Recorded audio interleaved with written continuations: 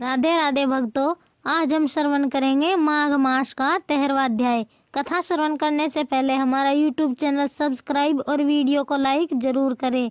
तो चलिए कथा श्रवण करते हैं। विकुंडल कहने लगा कि तुम्हारे वचनों से मेरा चित्त अति प्रसन्न हुआ है, क्योंकि सज्जनों के वचन सदैव गंगा जल के सदृश पापों का नाश करने वाले होते हैं। उपकार करना तथा प्रिय बोलना सज्जनों का स्वभाव ही होता है। जैसे अमृत मंडल चंद्रमा को भी ठंडा कर देता है। अब कृपा करके यह भी बतलाइए कि किस प्रकार मेरे भाई का भी नरक से उद्धार होगा। अब दूत कुछ देर ज्ञान दृष्टि से विचार कर मित्रता रूपी रस्से से बंधा हुआ बोला कि हे वेश्ये, यदि तुम अपने भाई के लिए स्वर्ग की कामना करते हो तो जल्दी ही अपने 8 जन्म के पुण्य फल को उसके निमित्त अर्पण कर दो। तब विकुंडल ने कहा कि हे दूत, वह पुण्य क्या है?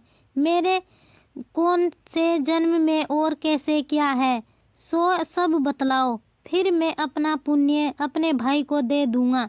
दूत कहने लगा कि हे वेश्ये, सुनो, मैं तुम्हारे पुण्य की सबसे बड़ी कथा कहता हूँ। पूर्व समय में मधुवन में साल्की नाम का एक ऋषि था। वह बड़ा तपेश्वरी, ब्रह्मा के समान तेज वाला नवग्रह की तरह उसकी स्त्री रेवती के 9 पुत्र थे, जिनके नाम ध्रुव, शशि, बुध, तार, ज्योतिमान थे। इन 5 ने गृहस्थाश्रम धारण किया तथा निर्मोह, जितमाय, ध्याननिष्ठ और गुणात्म यह चारों संन्यास ग्रहण कर वन में रहने लगे।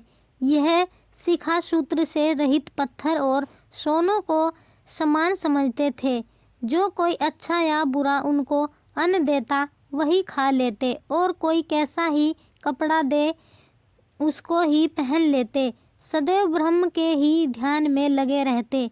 इन चारों ने व्रत, शीत, निद्रा और आहार सबको जीत लिया।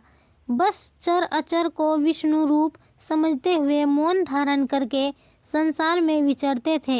ये चारों महात्मा तुम्हारे घर आए, तब तुमने मध्याह्न के समय भूखे प्यासे इनको आंगन में देखा तो तुमने गदगद कंठ से आंखों में आंसू भरकर इनको नमस्कार करके इनका बड़ा आदर सत्कार किया। इनके चरणों को धोकर बड़े प्रेम से तुम इनसे कहने लगे कि आज मेरे अहो भाग्य हैं, आज मेरा जन्म सफल हुआ, मुझ पर भगवान प्रसन्न हुए, मैं सनात हुआ, मेरे माता पिता, पत्नी, पुत्र, गो आदि सभी धन्य हैं, जो आज मैंने हरि के सदृश आपके दर्शन किए। सो हे वेश्ये, इस प्रकार तुमने श्रद्धा से उनका पूजन किया और चरण धोकर जल को मस्तक से लगाया। फिर विधि पूर्वक इनका पूजन करके तुमने इन सन्यासियों को भोजन कराया। इन सन्यासियों ने भोजन करके रात को तुम्हारे घर में विश्राम किया और ब्रह्मा के ध्यान में लीन हो गए।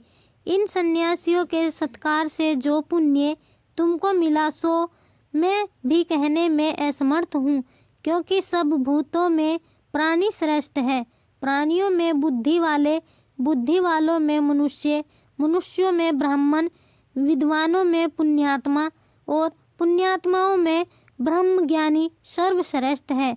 ऐसो ही संगति से बड़े बड़े पाप नष्ट हो जाते हैं। यह पुण्य तुमने अपने पहले 8वें जन्म में किया था।